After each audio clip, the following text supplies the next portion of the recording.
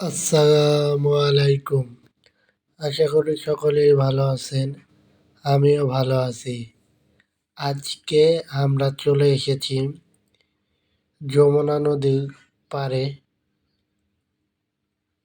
সরাসরি দেখাবো যে কীভাবে গরুগুলো বিভিন্ন স্থান থেকে আসে। আসার পরে সেবালা গরুঘাটে প্রবেশ করে। এখানে আমরা দেখতে পাচ্ছি ইতিমধ্যেই ৩-৪টা বা ৫-৬টা ট্রলার ভর্তি করে গরু এসেছে।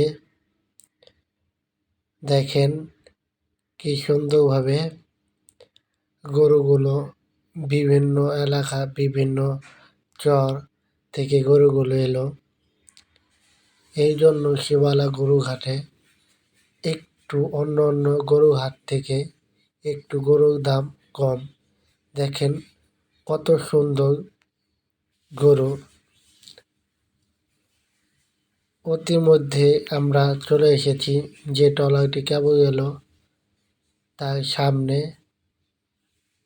আর শিবালা গরুঘাটে আপনি সব সময় গরুর দাম, ছাগলের দাম, ভেড়ার দাম সবই আপনি কম টাকায় নিতে পারবেন।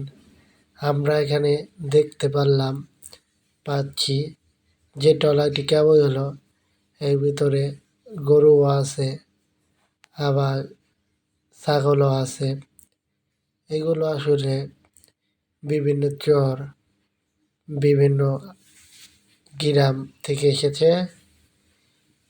এগুলো আপনি খুবই কম দামে ছাগল কিনতে পারবেন, খাসি কিনতে পারবেন, এমনকি গরু কিনতে পারবেন। দেখেন কি সুন্দরভাবে ছাগলগুলোকে নামাচ্ছে। এখান থেকে শিবালা হাটে যেতে তাদের সময় লাগবে ৫-১০ মিনিট হেঁটে। কারণ কি ওইদিকে ট্রলার নিয়ে আগে হাটের কাছেই যেত, কিন্তু এখন যেতে পারছে না, যেহেতু চর পড়ে গেছে এই জন্য একটু হেঁটে যেতে হয়। দেখেন কয়েকজন মিলে মানে গরুগুলো, ছাগলগুলো নামানোর সিঁড়ি বাঁধলো। আবার এদিকে দেখেন অল্প কিছু গরু আসছে বা অন্য অন্য ট্রলার ভর্তি করে গরুগুলো এসেছে।